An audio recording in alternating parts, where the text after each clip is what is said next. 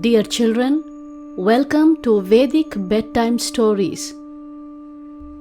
Today, let us see what kind of a kingdom was Ayodhya.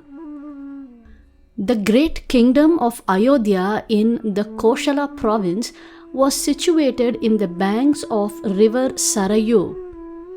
King Dasharatha ruled Ayodhya for 60,000 years. This was during the Treta Yuga, and people had very long lifetimes during this yuga. There are 4 yugas that come in cycles. The first yuga is Satya Yuga. The second is Treta Yuga. The third is Dwapara Yuga. And the fourth and the present yuga in which we are living in is the Kali Yuga. The city of Ayodhya was special because Manu, the father of mankind, had built it as his capital city. Later, under the long rule of Dasharatha, the city flourished wonderfully. Ayodhya had neatly paved broad, straight streets and roads that had shade-giving trees on both sides. The gateways were made up of white marble stones. The gates themselves were wrought in precious metals like gold and silver. They were embedded with precious gems that sparkled in the morning sun. The roads were lined up with elephants that sprayed scented water with their trunks. The city was adorned with beautiful gardens and orchards that attracted exotic birds and animals. Butterflies and other colorful insects fluttered around, intoxicated by the nectar from the fragrant flowers. Ayodhya had magnificent multi-storied palaces and houses that were decorated with silken curtains and precious gems in the doorways. Every home and street was resounding with musical instruments, accompanying trained singers in their musical glorification of the Supreme Personality of Godhead. The beauty of the city was equal to the city of Amaravati, the heavenly city of Lord Indra in Swargaloka.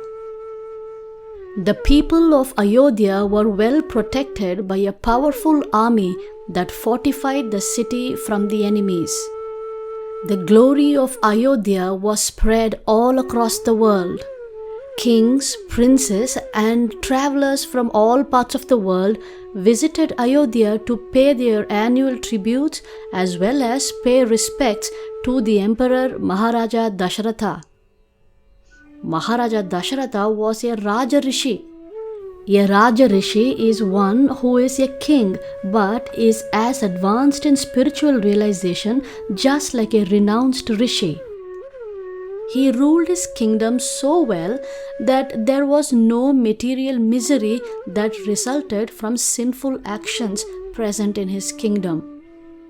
All the citizens engaged in their respective duties peacefully without cheating and arrogance. People were kind to each other and cooperated in all public welfare activities. King Dasharatha was himself a powerful warrior who was capable of fighting with warriors on all 10 directions. At one time, he had also helped Devas in fighting off their enemies. With his great power and intelligence, he protected his citizens from all kinds of dangers from inside and outside the kingdom. Under his rule, the citizens lived long and happy lives. Though Dasharatha was so successful, he was, however, not very happy in his life. His one important desire continued to be unfulfilled in spite of his prayers and endeavors.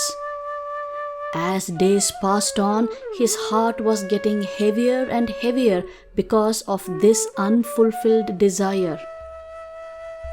Dear children, can you guess what was King Dasharatha's unfulfilled desire?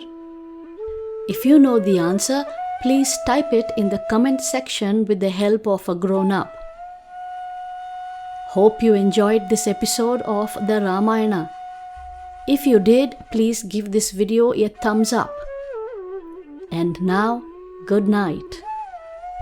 May the sweet fragrance and melodious music of the streets of Ayodhya fill your dreams. Hare Krishna.